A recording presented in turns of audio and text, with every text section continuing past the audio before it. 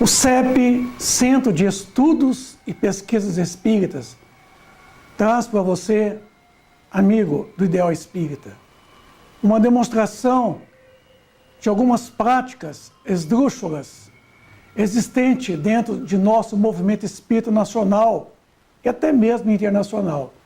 A nossa preocupação aqui hoje é esclarecer um assunto que diz respeito às curas espirituais, ao trabalho dos passes, práticas essas deturpadas por muitos companheiros do Ideal Espírita.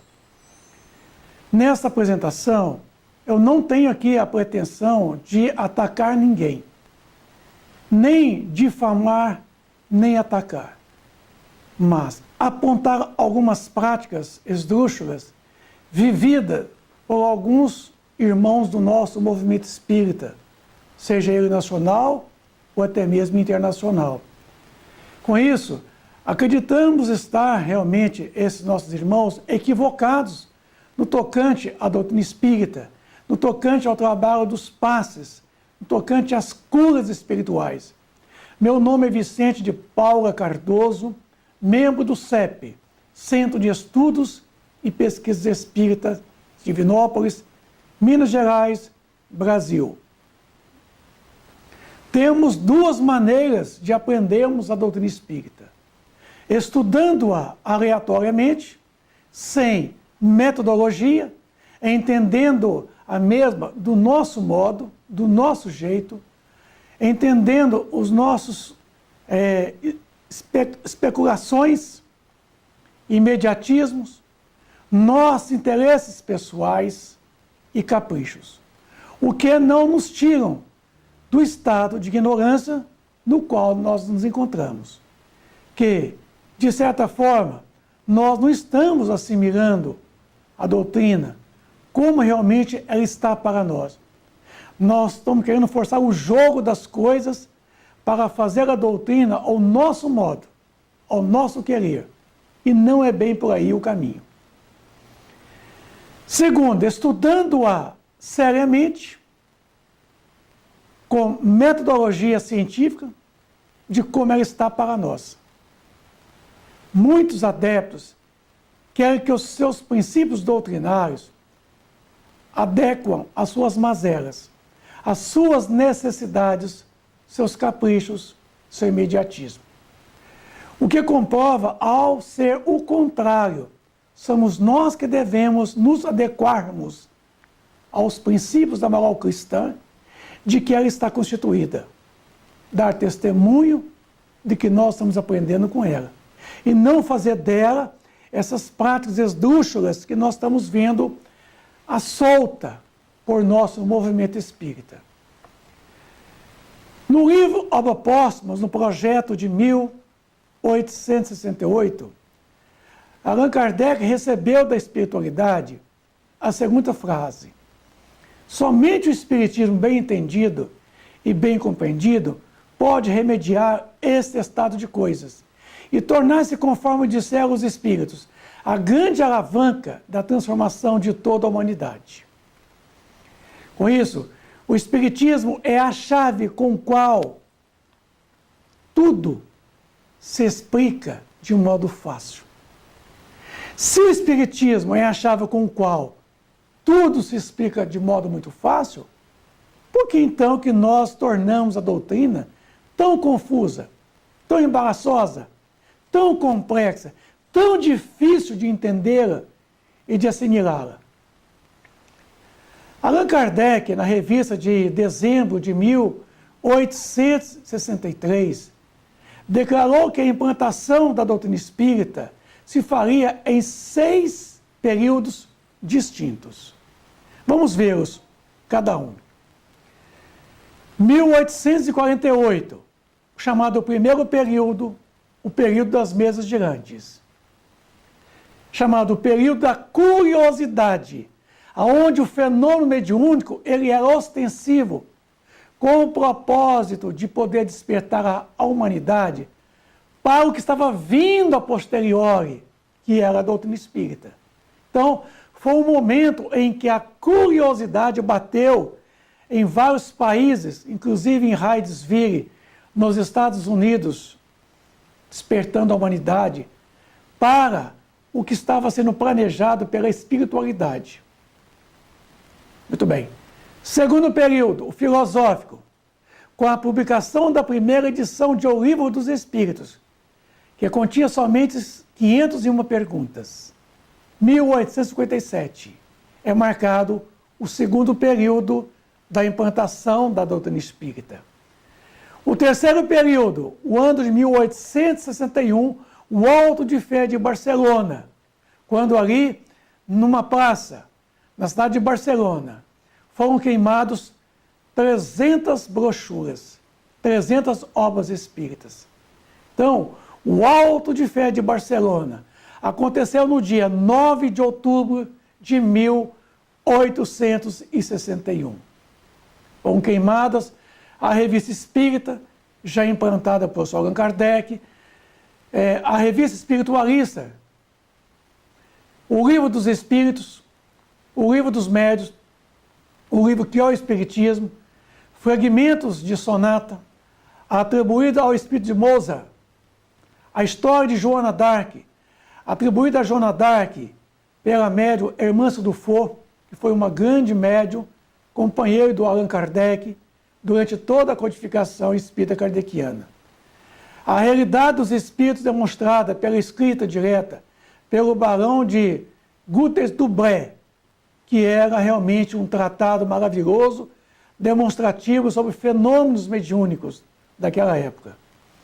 O quarto período, 1865, chamado período religioso, na onde a doutrina espírita ela chega no Brasil, às portas da Bahia, em Salvador, através de Luiz Olímpio Teles de Menezes, que trouxe a primeira edição do Livro dos Espíritos para o Brasil. Certamente teve uma grande contribuição por Bezerra de Menezes, que também ajudou na propagação dessas grandes ideias. Então está lá, às portas da Bahia, o quarto período, o período religioso. E veio o quinto período, em 1949, o chamado período intermediário, na onde o Pacto Áureo, quer dizer, buscando a unificação de todo o movimento espírita brasileiro, tentando unir todas as federativas, para unir no campo das ideias, da difusão, da propagação da doutrina espírita. E veio o sexto período, século XX, a regeneração social. Já estamos vivendo esse período da regeneração social. Então, foram esses 6 períodos propostos pela espiritualidade que nós adentraríamos paulatinamente, na medida em que nós trabalhássemos para os acontecimentos. Eu te pergunto, meu amigo, você que está me ouvindo agora, me assistindo, por que nós espíritas estudamos a doutrina espírita na mesma cartilha e a interpretamos tão mal? Cada um ao seu modo de poder entender e aplicar. Onde está o erro?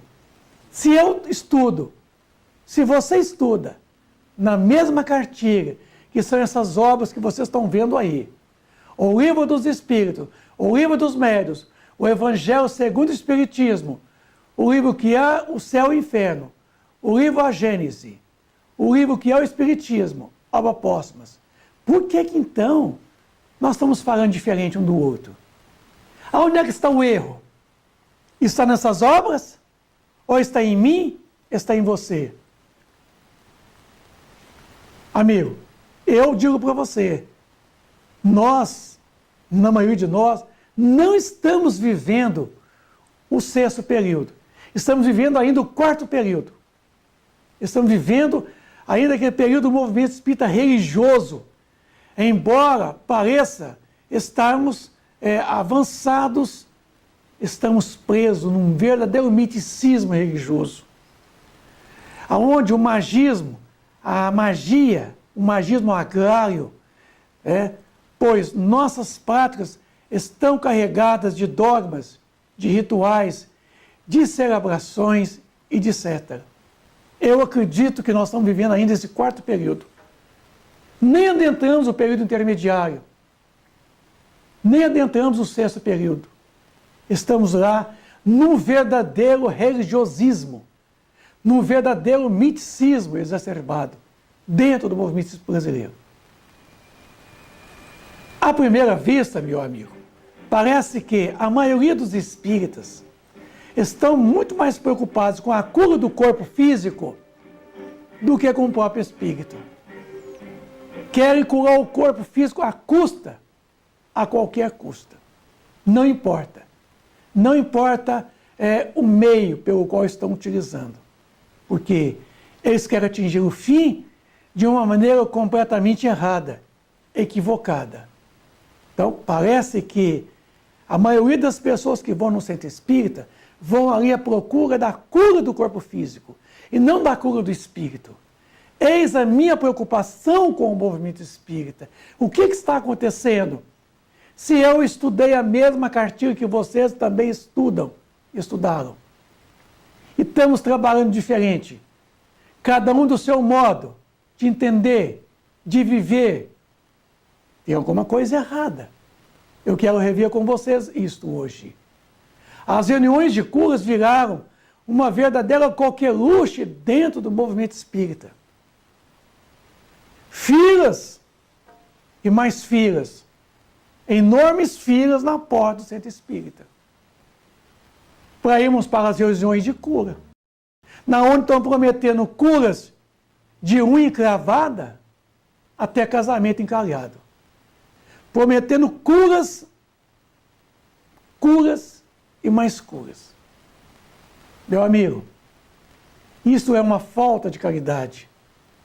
Você prometer àqueles que batem sua porta a procura do alívio, da mensagem espírita cristã, do evangelho, do esclarecimento, da libertação espiritual, você fazê-lo ele preso, cativeiro, numa dependência, no imediatismo, dos recursos do passe, da água frutificada, de deixa o seu nome aqui, porque na reunião de desobsessão, nós vamos desobsediar você. Eu diria que isso é uma forma de terrorismo. Terrorismo para cima das pessoas despreparadas, que não têm um conhecimento doutrinário, pessoas que não têm o escrúpulo, às vezes, pessoas que estão sofrendo, padecendo na dor, e vão ali à busca de quê? De uma orientação, às vezes sai dali muito pior do que quando chegou. Centros espíritas está virando uma verdadeira UPA, uma unidade de pronto atendimento espiritual. A casa espírita está virando uma verdadeira UPA, um verdadeiro SUS, um serviço único de saúde. Mas não é saúde espiritual, porque nós não estamos ali desenvolvendo a doutrina espírita para que a pessoa encontre a própria cura, a autocura. Nós estamos ali levando elas a acreditar de que nós estamos ali para poder resolver o problema dela. Deixar comigo que eu resolvo o teu problema. Esta é a expectativa que nós estamos gerando nesses nossos irmãos.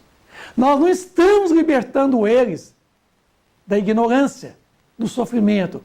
Nós estamos mantendo eles cativeiros às nossas dependências, aos recursos que nós oferecemos a todos eles.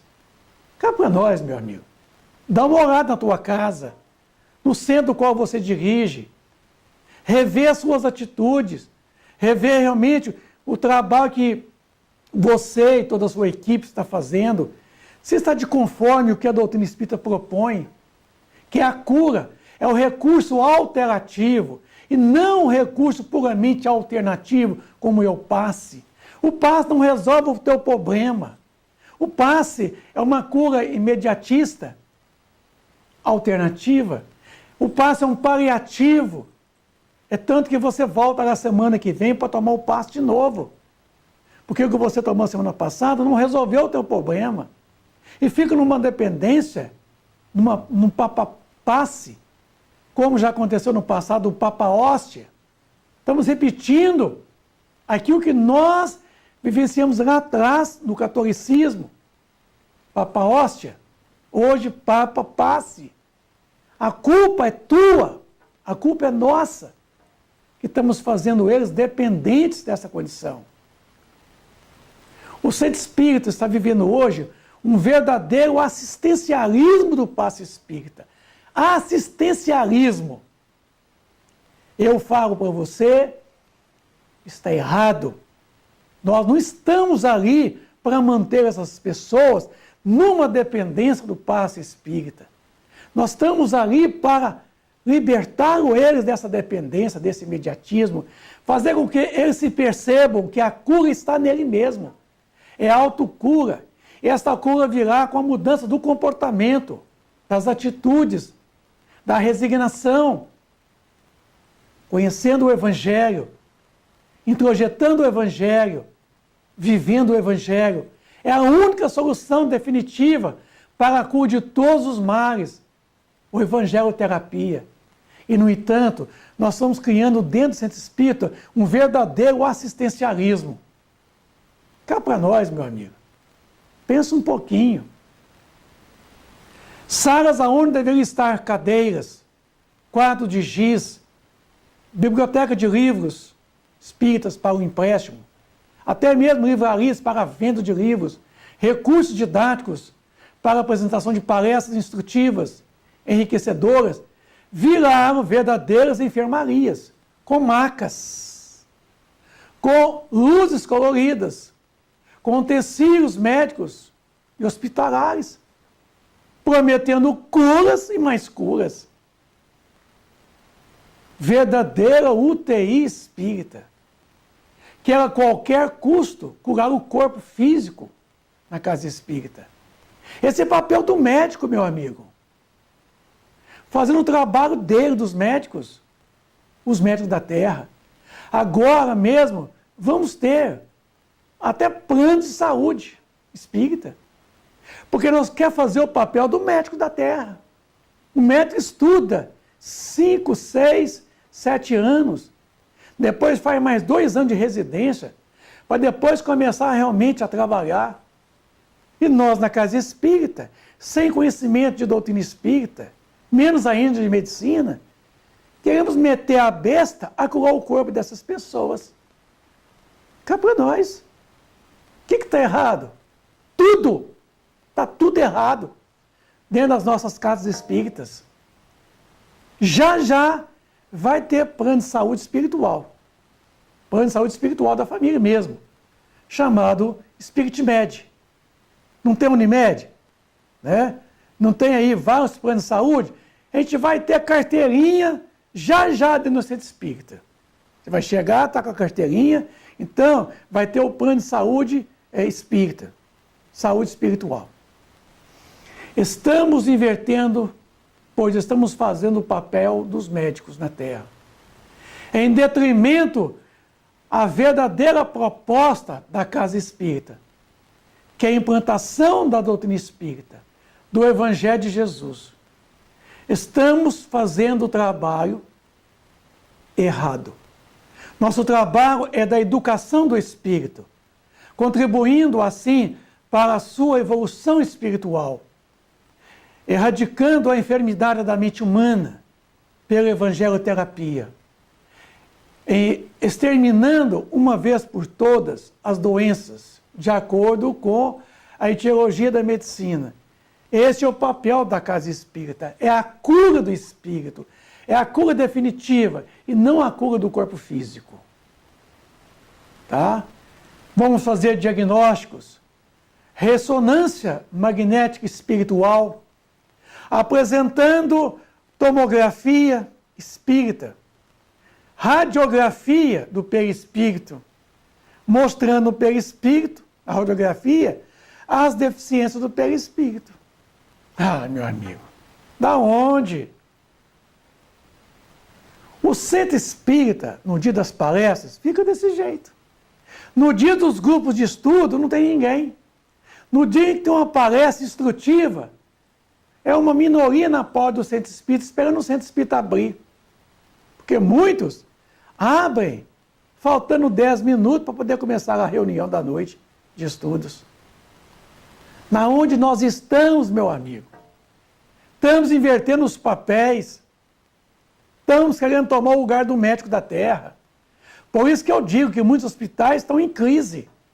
Porque as pessoas não podem pagar um plano de saúde médico, isso, hospitalar, não pode pagar um médico particular, vão para dentro dos centros espíritas, na tentativa de buscar ali um resultado satisfatório, que não vão encontrar lá. Porque lá na casa espírita não tem médicos. Se tiver também, não é para atendê-los, eles como médicos. A casa espírita é para atendê-los, eles espiritualmente. Orientá-lo, palavra amiga, orientadora do Evangelho, e não fazer um diagnóstico médico e aviar receita. Não, não esse é o papel da casa espírita. Por isso que eu estou dizendo que a casa espírita tem como principal objetivo o estudo das obras da codificação espírita, restabelecer o Evangelho de Jesus Cristo na casa espírita. É para isso que nós estamos lá. E não para poder fazer cirurgias espirituais com cortes. Isso é contravenção penal, meu amigo. Olha, quem procura normalmente os centros espíritas para a consolação e não se renova dia a dia, permanece no sofrimento e na dor. Então, se você não faz uma renovação diária e não procura realmente o Evangelho, tá? E só procura a casa espírita para se consolar e não renova as atitudes, você vai permanecer na dor e no sofrimento, tá? Porque há mais desta vida, nessa existência, que somente o médico, a medicina, pode poder fazer. Está a cabo deles a tarefa das cirurgias, não dentro da casa espírita como eles estão fazendo. Está errado. Práticas não espíritas. Não espíritas. Vamos vê-las. Introduziram, algumas décadas atrás, no movimento espírita brasileiro, o chamado passe mecanizado.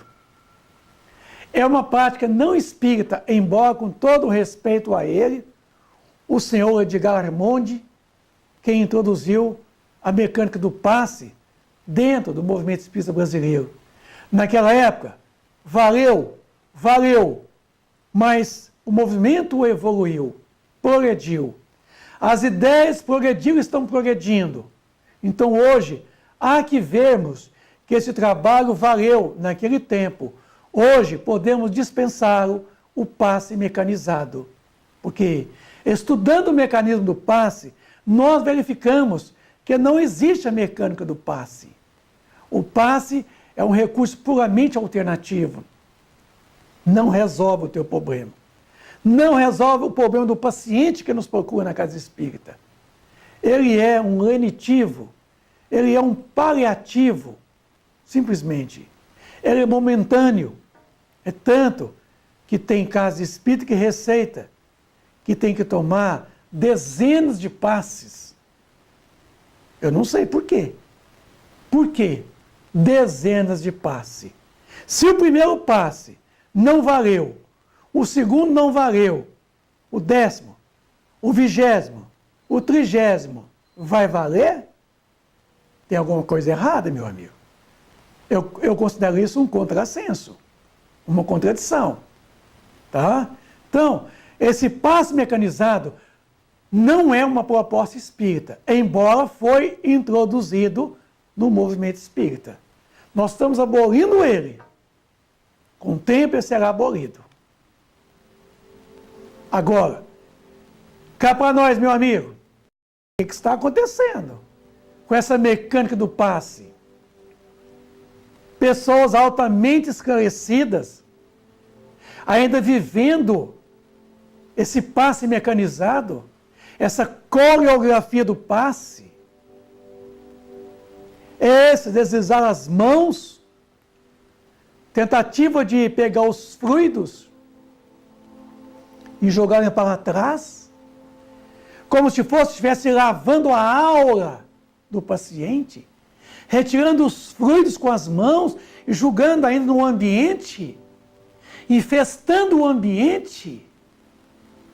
Quem sabe, meu amigo, neste caso aqui que nós estamos vendo, haveria de colocar atrás também uma lata de lixo, lixeiras, para jogarmos lá dentro da lixeira os fluidos grosseiros, os fluidos ruins, retirado então do paciente, nesse suposto passe mecanizado. Excesso de gesticulações desordenadas, excessivas, sem sentido racional. Faz porque viu o outro fazer. Faz porque viu o outro demonstrar e fazendo.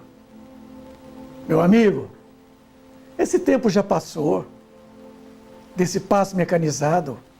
Vai estudar o passe. Capítulo 14 do Livro dos Médiuns, no item 175, 176, 177. Você vai ver que dispensa toda essa coreografia do passe. Esse ensaio gesticulatório, excessivo, desordenado, sem sentido, para quê? Sendo que o mecanismo do passe depende muito mais da espiritualidade que está do teu lado, te assistindo, o mentor do mundo espiritual, é que toma de você os fluidos dos quais ele não possui e aspergindo sobre o paciente. É ele em quem faz o trabalho de dirigir os fluidos, o teu magnético animal, o dele espiritual, fisiopsicossomáticos. Vai estudar. Eu estou lançando aqui um desafio. Vai estudar o passe. Porque nós temos propostas na internet demonstrando as propriedades dos fluidos, nos quais, nessa demonstração científica, no laboratório do CEP, eu procuro demonstrar para você, meu amigo, ouvinte, a solubilidade dos fluidos, como é que funciona, dispensando toda essa gesticulação excessiva e desordenada. Não estou criticando essas pessoas. Eu tenho por elas um enorme respeito e admiração pelo trabalho deles. Mas são verdadeiros ícones do movimento espírita brasileiro. Mas que precisa ainda de estudar para poder entender o mecanismo do passe. Cirurgias espirituais, como se fosse lá na casa espírita, tem uma UTI, né, espírita, tem uma sala de cirurgias, tem médicos, tem todos os aparelhos, utensílios para fazermos cirurgias espirituais. Cirurgias, meu amigo, quem faz é o médico da terra. É que faz corte, costura, amputa membros internos, externos. Esse é o papel daquele que estudou durante anos, que conhece o corpo humano. E você conhece alguma coisa do corpo humano? Fisiologia, anatomia? Conhece? Agora, cirurgias, se for o caso, será feito pela espiritualidade, a nível de mundo espiritual, lá no perispírito. Mas serão eles que vão fazer, e não você, metido a besta, a médico, médio, médico, a fazer isso na casa espírita. Na casa espírita não, meu amigo. Lá o único tratamento recomendado é o passe, a fluidoterapia, a água fluidificada, mais nada. Isso é modismo. O movimento espírita está cheio de Santos Dumont, inventando. São pátrias estranhas dentro dos centros espíritas. Verdade que ele era médico. Mas não tinha o direito de fazer isso dentro da casa espírita. Que não está aparelhada, que não está, o quê? Pronta para poder fazer esse trabalho. Então, não são práticas espíritas. Embora com muito respeito, não estamos aqui questionando o trabalho deles. Pode funcionar? Pode. Eu posso até me submeter a um trabalho desse, se precisar. Mas não dentro da casa espírita. Com todo respeito. Modismo. Esse negócio vira moda. Isso é contravenção penal. Com todo respeito. Com todo respeito. Ao nosso irmão da Seara. Ao nosso irmão que deveria estar estudando mais a doutrina espírita. Para entender que esse trabalho aqui é da medicina da terra, dos encarnados, do médico, do terapeuta, do psicólogo, do psiquiatra, e não o trabalho dos médiuns. Não existe cirurgias na casa espírita. Se houver necessidade, essa será feita pelos espíritos, na medida da necessidade e merecimento de quem realmente se torna um paciente deles. Práticas esdrúxulas. Zerigó não era espírita. Não era. Era um médium. Fazia cirurgias e mais cirurgias. Foi processado, condenado e preso. Este daí foi acusado de curandeirismo e charlatanismo dentro de um centro espírita na cidade de Ibirité. Ela tombou médium que deixou seu paciente morrer na maca, em cima da maca, dentro de um centro espírita. Processado e condenado por charlatanismo, curandeirismo, exercício ilegal de medicina, da cadeia. Cuidado. Não seja conivente com essas práticas dentro dos centros espíritas. Não seja conivente. Embora nós respeitamos aqueles que a fazem, mas não tomamos para nós. Tá? Não somos coniventes. Nós respeitamos. Tá? Mas não adotamos para nós essas práticas. Fazer corte, utilizar instrumentos físicos, fornecer garrafadas, aviar receita, ainda que gratuitamente, constitui contravenção penal. Artigo 282, 83, 84 do Código Penal Brasileiro. Passivo de cadeia, de multas. Tá? Está aí o Código Penal Brasileiro. Embora tenha 70 anos de existência. Mas está lá o livro das grandes contravenções penais. O reiki, meu amigo, não é prática espírita. Embora ele funciona. Só que lá na clínica do terapeuta, do psicoterapeuta, do psicólogo, do psiquiatra, do médico. Não na casa espírita. Porque o reiki não é prática espírita. Embora ele guarda digamos assim, parentesco com o passe espírita. Só que é uma prática muito gesticulatória, em que a maioria dos terapeutas tocam no corpo das pessoas. E na casa espírita nós não permitimos você tocar no corpo das pessoas. Os médiuns passes não podem tocar nas pessoas. Psicologismo, dentro da casa espírita. Modismo. Esse negócio de você se recolher numa sala com um paciente, dando uma de psicólogo. Você estudou psicologia? Você tem conhecimento de psicologia?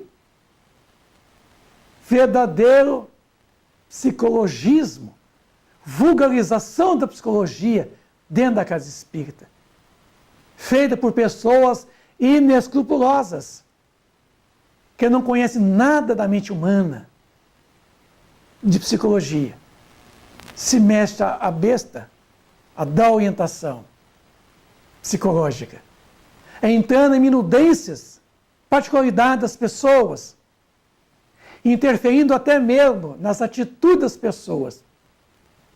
Modismo. Pare com isso. Um tal de consulta fraterna.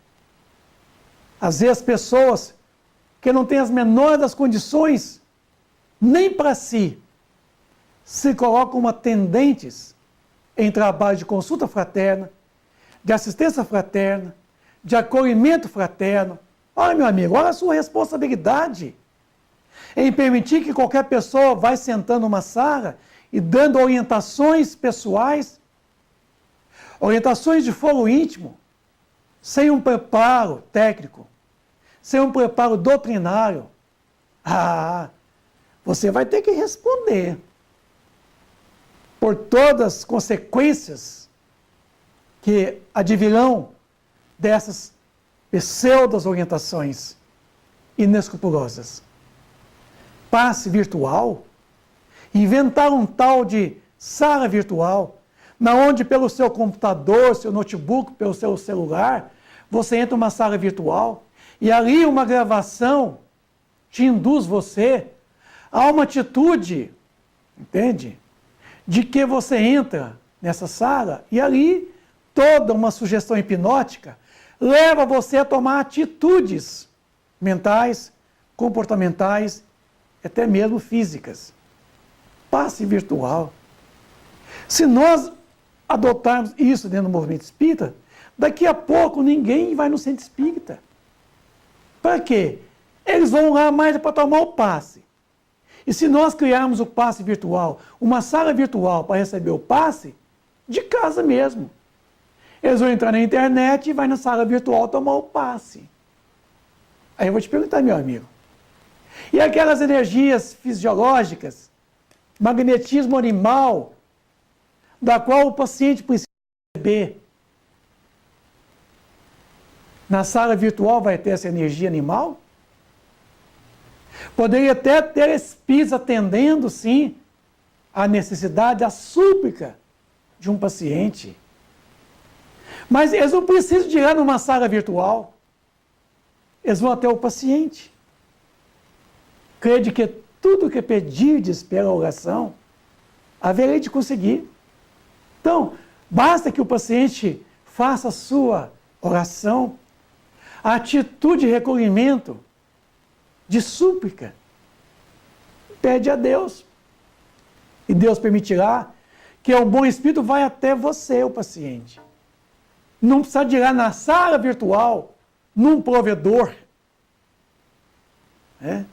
num mundo virtual, para que você receba o passe. Cá para nós. Deixa para lá, rapaz. Vai inventar lá na China, que é o país das grandes invenções todas. Terapia de vidas passadas, TVP, não é prática espírita. Invenção. O passe espírita em animal não é uma prática espírita, embora não estamos aqui questionando quem está fazendo. Não estamos questionando a eficácia da magnetização de animais. Pode funcionar? Pode. E até funciona. Mas não é uma prática espírita, com todo respeito. Uma reunião de estudos espíritas para animais domesticados, com seus respectivos donos, dentro do centro espírita.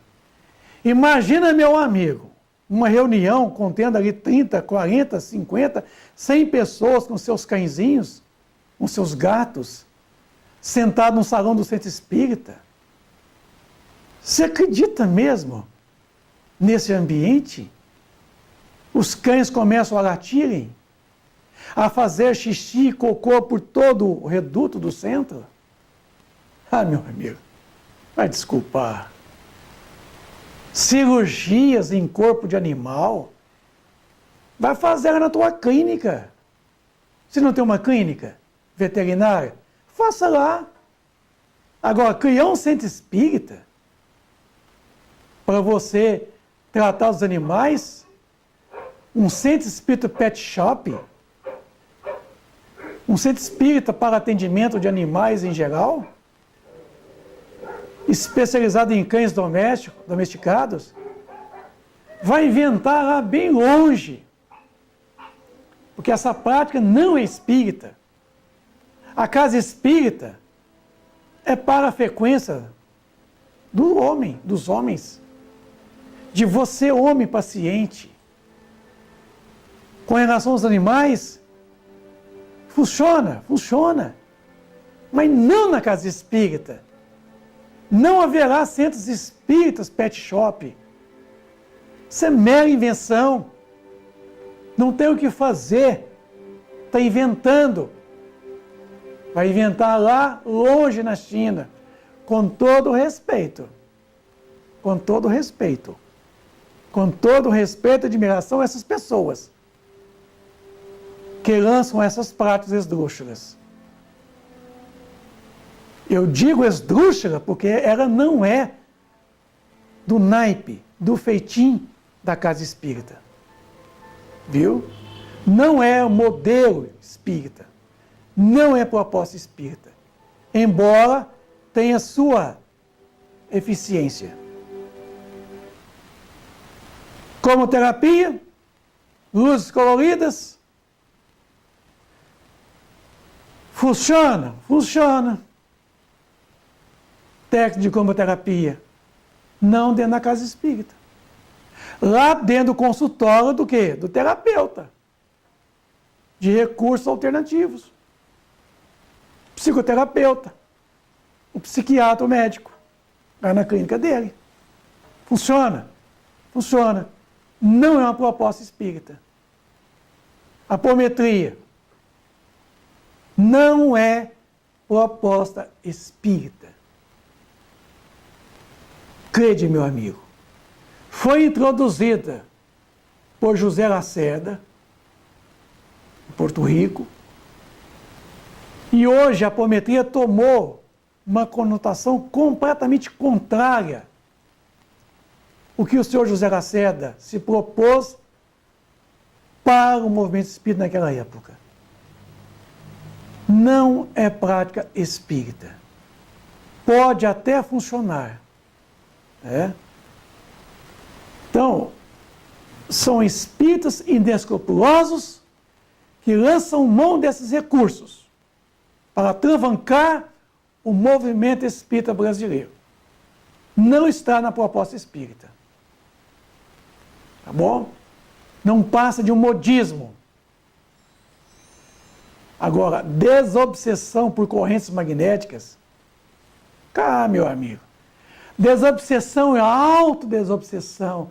Ninguém consegue desobsediar ninguém.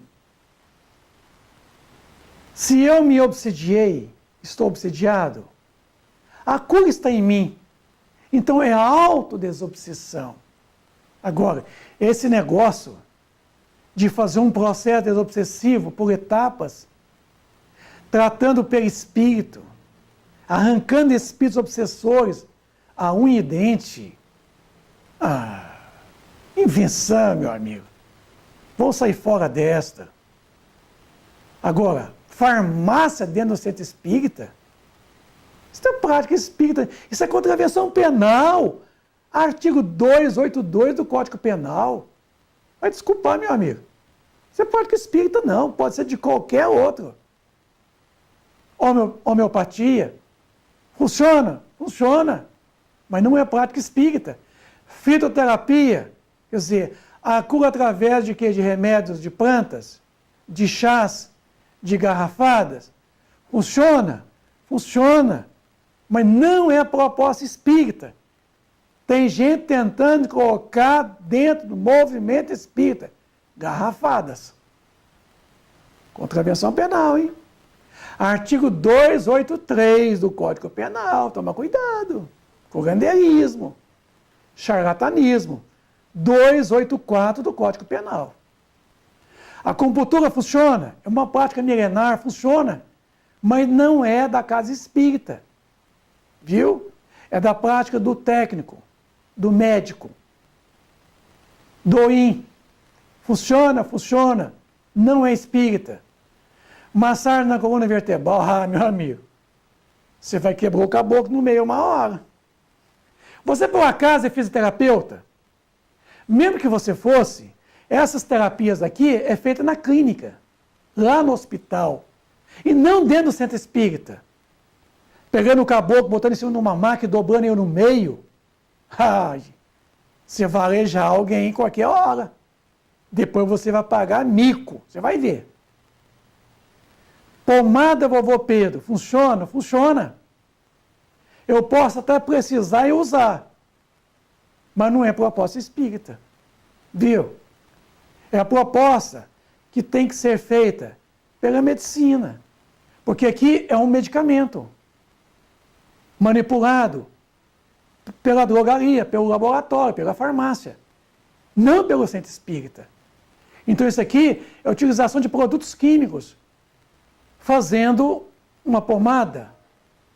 Não é proposta espírita. Eu respeito você, eu respeito vocês, mas não concordo com vocês. Isso dentro da casa espírita. Pomada da esperança. Meu amigo. E ainda comercializando, o que torna pior a situação. Ungüentos, Bezerra Menezes. Da onde, cara? Yoga, não é prática espírita. Hipnose, funciona, funciona. A cura pela hipnose, funciona. Radiestesia, funciona, funciona. É um fenômeno físico, geológico. Funciona, funciona. Cristalomancia, usando cristais para curar, colocando cristais em cima dos centros de força, os chakras. Meu amigo, cá para nós. Agora, o que mais me choca é uma reunião de bate-papo espírita. Quer dizer, por onde o suposto facilitador responde todas as perguntas formuladas pela assistência, desde a receita de bolo de fubá até a bomba atômica. Verdadeiros enciclopedistas, respondendo tudo. A pessoa que questiona, quer botar a pergunta, que ela já sabe a resposta, na tua boca, o amigo espírita, para que você responda na tribuna espírita, que se der certo, ela não volta no centro espírita, pela orientação que você deu, pela resposta que você deu. Mas se der errado, ela vai te acusar e vai dizer que foi no centro espírita e lá recebeu aquela orientação. E assim o fez e deu tudo errado. Meu amigo, a tribuna espírita é para falar da doutrina espírita. E não para entrar em minudências, particularidades das pessoas. Não. É para colocar a doutrina espírita na sua íntegra. Isso é modismo. Modismo. Está virando moda dentro do movimento espírita. Tudo que perguntar, os supostos facilitadores respondem no modo deles e não do modo da doutrina espírita. Erasto, melhor repelir 10 verdades do que aceitar admitir uma única falsidade. Só uma é errônea. Aquilo que vem através do grande equívoco nas orientações que às vezes são passadas na tribuna espírita. Uma só teoria errônea. Então, rejeite 10 verdades para não ter que aceitar uma só teoria errônea. Palavras de Erasto. Todo aquele, pois, que escuta essas palavras e as pratica, assemelhar-o-ei o homem prudente que edificou sua casa sobre a rocha. Desceu a chuva, correram rios e assopraram ventos. e combateram aquela casa. E essa não caiu, porque está edificada sobre a rocha. O apóstolo Mateus, no capítulo 7, versículo de 24 a 27. Está aí a casa espírita, bonitinho. É edificada sobre a rocha do Pentateuco kardeciano, as 5 obras da codificação espírita kardeciana. E aquele que ouve essas minhas palavras e não as cumpre, compará-lo-ei ao homem insensato, que edificou sua casa sobre a areia. Desceu a chuva, correram rios e assopraram ventos, e combateu aquela casa e caiu.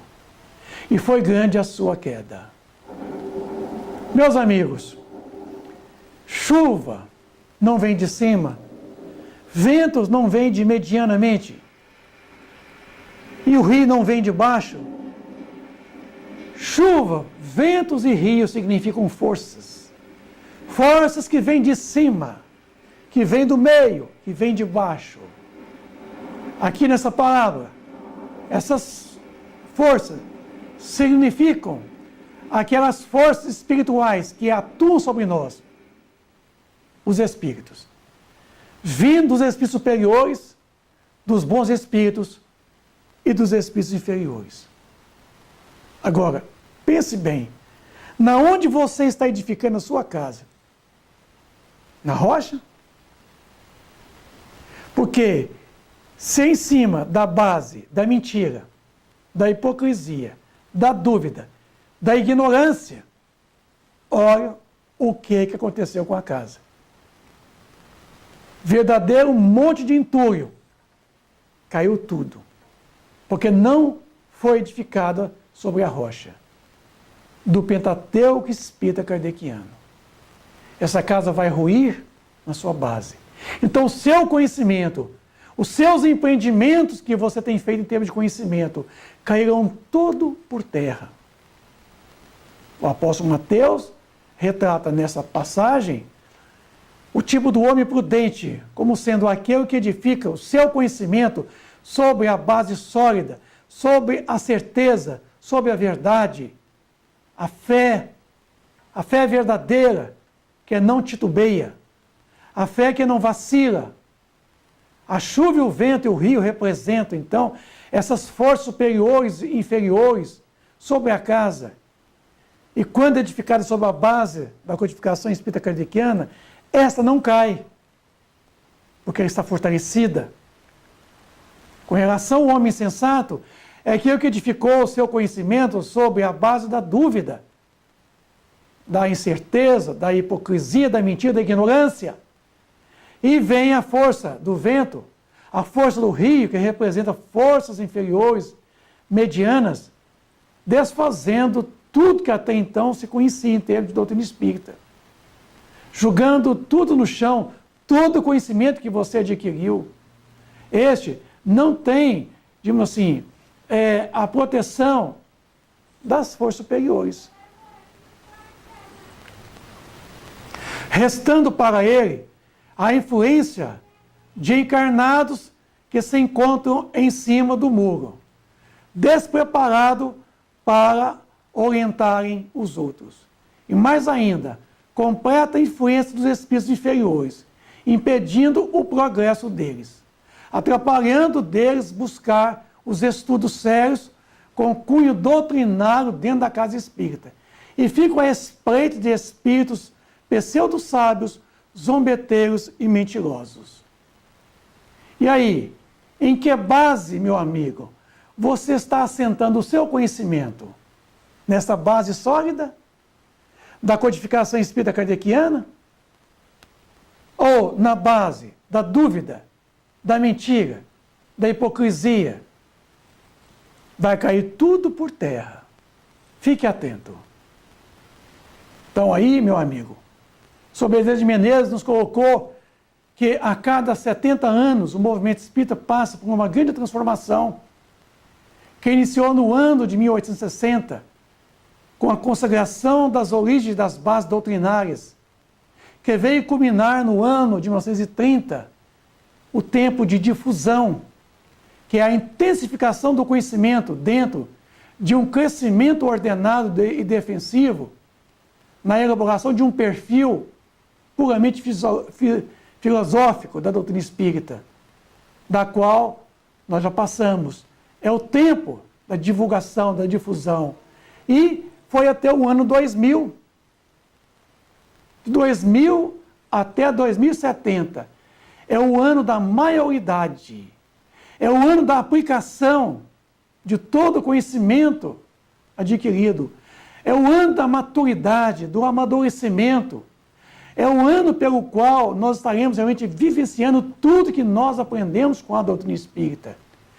É o tempo da maturação, do amadurecimento. É o tempo do testemunho, de vivermos realmente o que o Evangelho nos concita. Meu amigo, os verdadeiros inimigos do Espiritismo estão dentro das próprias casas espíritas.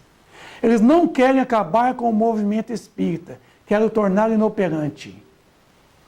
Eles querem implodi-lo com práticas esdrúxulas. Eles querem abrir mais um centro espírita, mais um grupo de estudo. Eles querem abrir mais uma reunião. Eles querem encher os centros espíritas de pessoas e querem tornar os centros espíritas inoperantes no que diz respeito ao seu principal objetivo, seus objetivos. Meu amigo, para terminar,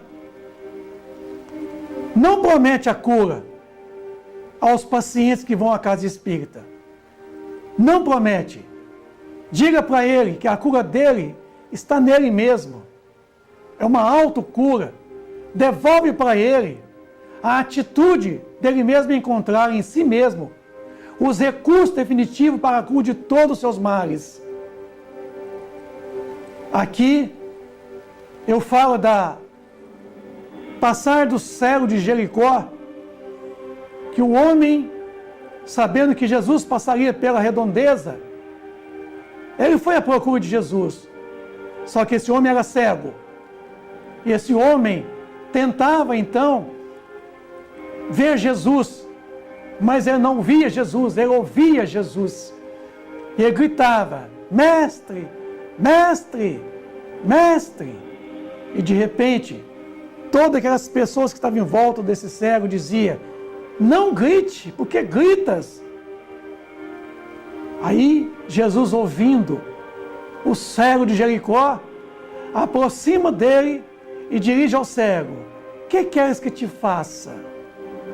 O cego então disse: Senhor, que eu veja. E Jesus lhe dirigiu dizendo: vê então, tua fé te salvou. Veja. Assim, meu amigo, eu dirijo essa parábola do cego de Jericó a você. Veja. Abra os teus olhos. Abra o teu entendimento. Abra a tua compreensão. Perceba de que você talvez esteja cego. Talvez você é um cego de Jericó. Que queres que te faça? Ele disse para nós: veja. Os que têm olhos de ver, ouça. Os que têm ouvido de ouvir. Certa feita, Pedro e João estavam subindo a escadaria de uma sinagoga para participar de um culto, quando ali havia um homem aleijado sentado às portas. Se dirigiu a Pedro: homem, uma esmola pelo amor de Deus. Nisso tudo, Pedro dirigiu a esse paralítico e disse a ele: eu não tenho moedas de ouro e nem de prata, mas te digo-te, levanta-te e anda. Isso eu tenho para te dar, a tua cura. Esse homem então ali levantou e saiu andando, porque Pedro tinha amor. É o que ele tinha para dar. Amor. Ele não tinha ouro nem prata, mas tinha o amor para dar. Ele então tomou aquele paralítico já de pé, o abraçou e disse: isto eu tenho, isto eu te dou. O amor. A terapia do abraço, meu amigo. De repente, o paciente que frequenta a tua casa está precisando da terapia do abraço. A terapia pelo qual ele está carente do afetivo, do afeto dos seus entes queridos. Ele está precisando muito mais de um abraço do que tomar um passe espírita. Esse é teu papel em fazê-lo ele ver esse cego de Jericó. Veja então, se perceba. Terapia pelo Evangelho. O Evangelho é a única terapia. O Evangelho é a única terapia pelo qual nós haveremos de adotar na casa espírita. Porque ela é definitiva, permanente, duradoura e eterna. Porque uma vez, usando ela, a gente se cura permanentemente. Terapia pelo amor. O amor é a maior de todas as virtudes. Diga aos pacientes que frequentam a tua casa que busca terapia pelo amor. O amor é a solução de todas as nossas enfermidades, dificuldades. Para terminar, então, nós vamos apresentar uma mensagem final chamada A Cura Própria, extraído do livro Segue-me, de Emmanuel, pregando o Evangelho do Reino e curando todas as enfermidades. Jesus, Mateus 9,35. Cura a catarata e a conjuntivite, mas corrige a visão espiritual de teus olhos. Defende-te contra a surdez, entretanto, retifica o teu modo de registrar as vozes e solicitações variadas que te procuram. Medica a arritmia e a dispneia, contudo, não entregues o coração à impulsividade arrasadora. Combate a neurastenia e o esgotamento. No entanto, cuida de reajustar as emoções e as suas tendências. Persegue a gastralgia, mas educa teus apetites à mesa. Melhora as condições do sangue, todavia, não sobrecarregue com os resíduos de prazeres inferiores, o álcool, a droga, o cigarro, o excesso de alimentação. Guerreia a hepatite, entretanto, livra o fígado dos excessos em que te comprazes, inclusive a raiva, a contrariedade, os ressentimentos. Remove os perigos da uremia, contudo, não sufoques os rins com os venenos da taça. Desloca o reumatismo dos membros, reparando, porém, o que fazes com teus pés, braços e mãos. Sana os desacertos cerebrais que te ameaçam. Todavia, aprende a guardar a mente no idealismo superior e nos atos mais nobres. Consagra-te à própria cura, mas não esqueças a pregação do reino divino aos teus órgãos. Eles são vivos e educáveis, sem que teu pensamento se purifique e sem que a tua vontade comande o barco do organismo para o bem. A intervenção dos remédios humanos não passará de medida em trânsito para a inutilidade. Sim, meu amigo, desejo a todos vocês muita paz e alegria. Desculpem-me pelas intransigências, não quis aqui magoá-lo, nem ofendê-lo. Os princípios do teu trabalho, não discutir aqui pessoas, mas sim ideias. E essa é a minha proposta. Um grande abraço a todos vocês. Fica com Deus e até uma breve oportunidade. Obrigado.